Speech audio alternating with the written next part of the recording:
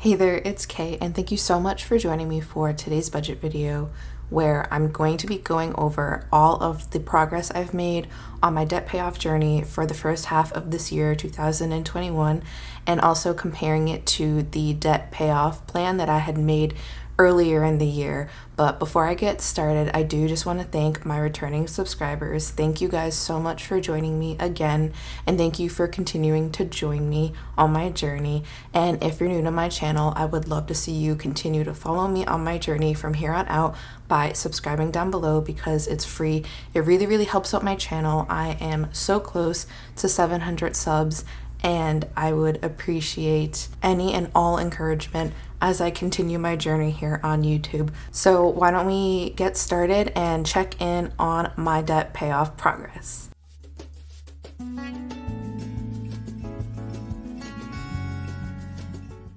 So very early on in the year, I shared with you guys a video about my plan to pay off my debt going through the entire year of 2021.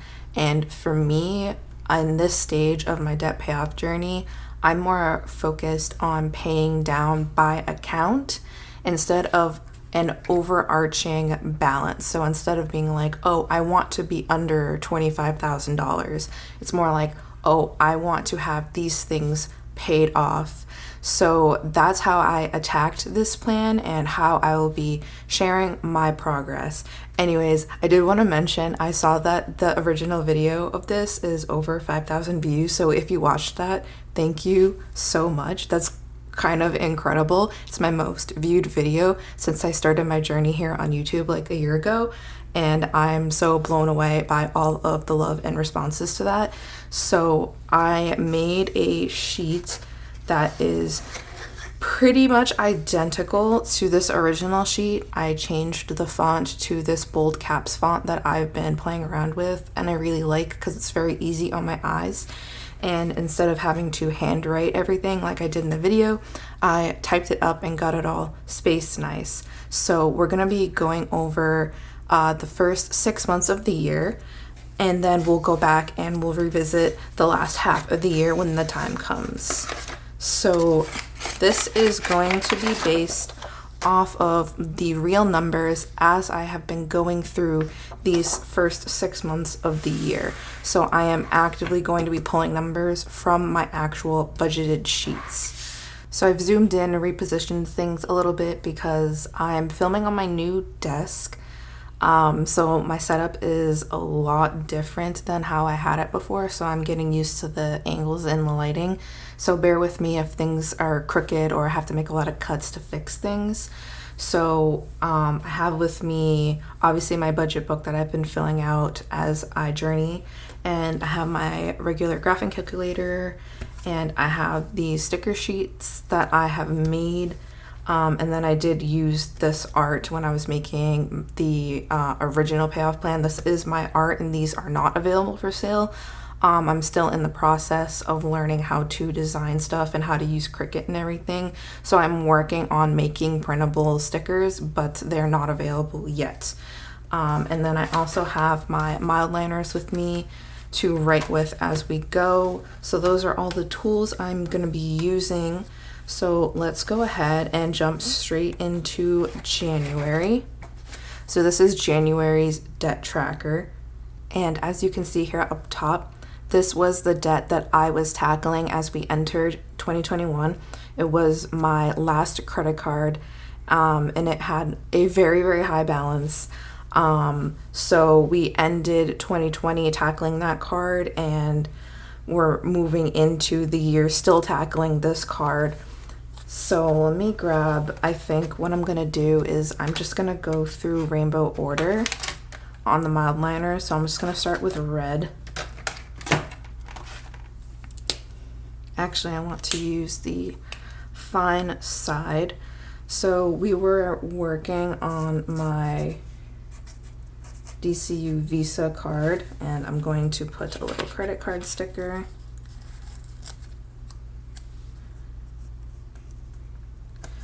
Just because I want to visualize the type of debt that I was working on at this point.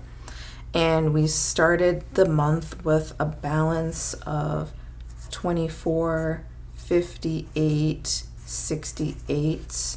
The minimum payment was $41, and the actual payment was $608. So I have to do some math here. So 608 minus 41. So my snowball was $567, was basically what I paid extra. And then ended with a balance of $1829.31. So this debt payment that I made in January ended up being a really big start to the year. Paying $600 on a balance of a little over $2,400 is like a quarter of the balance. So that was a really big chunk to be able to take out, but obviously there was still a balance. So February, we would still be continuing on the DC Visa.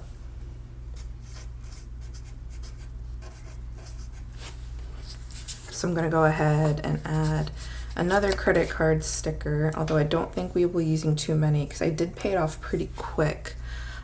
So we were starting at $1829.31, which is what we ended January with, and that card had a very low APR balance compared to my other credit cards, so the balance didn't like catch up as high month to month. And so the minimum payment on that was still $41 for the month, and total I paid $391, which means that the snowball that I made was $350 even. And then we ended at $1455.79, and now I want to go back to January because I think that that's what I had planned for, was to make a $350 payment. Yeah, so for February it was a $350, so I was actually able to meet the goal there. Didn't exceed it, but I still met it, which is important. So now we're gonna carry on into March, and let's see, I had put $1,100 for the snowball because I knew I'd be getting my student loan refund. I believe this is actually when I paid the card off, so I gotta find, I put it in a different spot. There it is. Normally I put it at the very last page of my book. I don't know why it ended up here in March, but it did. So here we were still paying on this credit card. And I did pay, yeah, I did pay it off. Okay, I thought so. So we started $1455.79 with the minimum payment was still $41, and actual payment $1467. So $1467 minus 41 is $1426 is what I ended up paying, which is over the goal I had set, because I set the goal, if you look back in the book, was $1,100. So I exceeded the goal for that, and then we ended it at $0 because we paid it off. So that was the first 3 months. So the first quarter of 2021 was basically just getting rid of this last credit card. Like, I wanted it gone. I wanted no more credit card debt, and I met that goal, which is awesome. And if I'm not mistaken, I want to say this is the point where I started getting ahead of schedule from my original plan, which we'll go back and revisit at the end, because like I'm pretty sure I'm like actually really ahead schedule now. So this is where it gets really fun, because I want to say I'm paying off multiple debts at a time now. April, yeah. So I'm gonna change color because we moved on to 2 debts here. We axed one and started another one, so I'm actually gonna need 2 colors. So I'm gonna grab orange and yellow. The yellow should show up on camera, I think. I think I've used it before. So with April, it's all student loans from here on out.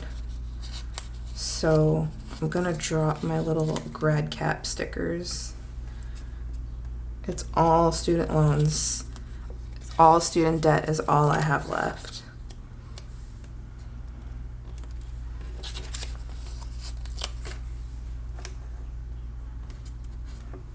So first I'm going to start with the Snellnet E.